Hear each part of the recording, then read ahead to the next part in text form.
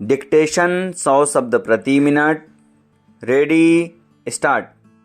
माननीय उपाध्यक्ष महोदय, यह हमारे देश का बड़ा सौभाग्य है कि हमारे यहाँ खेती में काम करने वालों की संख्या बहुत अधिक है। इससे खेती के काम के लिए अधिक लोगों की मदद मिल जाने से खेती के काम में तेजी आई है। उत्पादन पर भी अनुकूल प्रभाव दिखाई दे रहा है। साथ ही साथ किसानों की आमदनी में भी वृद्धि हो रही है। कुछ समय पहले हमारे देश के योजना मंत्री जी ने बताया था कि देश में बेरोजगारों की संख्या बहुत बढ़ रही है, जिन्हें हम खेती के काम में लगा सकते हैं। हमको कभी ऐसा कोई भी काम नहीं करना चाहिए जिससे बेरोजगार लोग खेती के काम को छोड़कर शहरों की ओर जाना शुरू कर दें।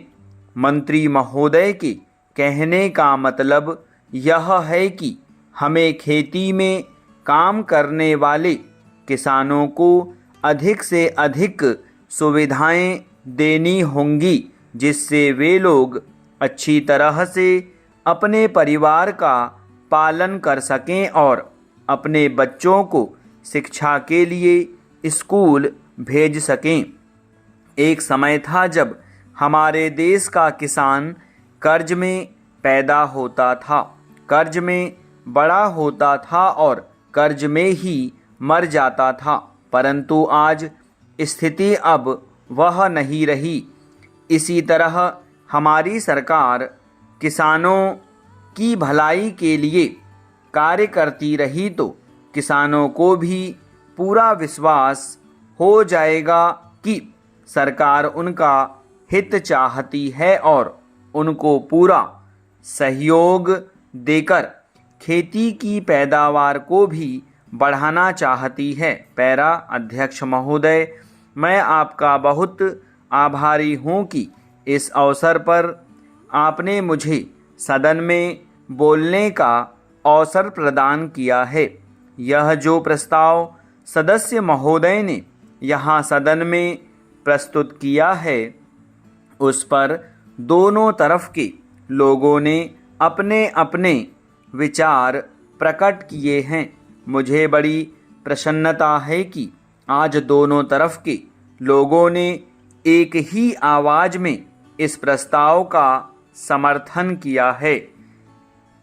शायद यह पहला अवसर है जब इस प्रस्ताव पर सभी सदस्यों ने अपनी सहमति प्रकट की है। मुझे इस बात की आशा है कि यह जो प्रस्ताव है उसे मंत्री जी के द्वारा स्वीकार कर लिया जाएगा और उसके बाद देश के किसानों को उनके अनाज का उचित मूल्य भी उनको दे दिया जाएगा। कुछ दिनों के बाद हम में से कई माननीय सदस्य आपत्ति करेंगे कि अनाज के भाव बढ़ गए हैं और देश की आम जनता बहुत परेशान है, इसलिए कीमतों को कम किया जाना चाहिए। ऐसी अवस्था में मेरी समझ में यह नहीं आता है कि यह सदन किसानों को उनके अनाज का उचित मूल्य दिलाने में सहायता करेगा या देश की आम जनता को सस्ता अनाज दिला सकेगा। मैं समझता हूँ कि दोनों बातों को एक साथ करना बड़ा कठिन हो जाएगा। मैं आपका बहुत आभारी हूँ कि आपने मुझे अपने विचार प्रकट करने का अवसर दिया। पैरा माननीय उपाध्यक्ष महोदय, अगर आप मुझे थोड़ा सा और समय दें तो मैं अपने इलाके की कुछ गंभीर समस्याओं की ओर इस सदन का ध्यान आकर्षित करना चाहता हूँ।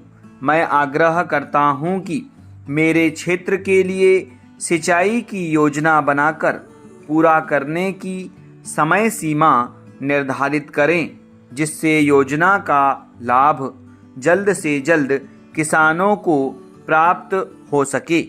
स्टॉप।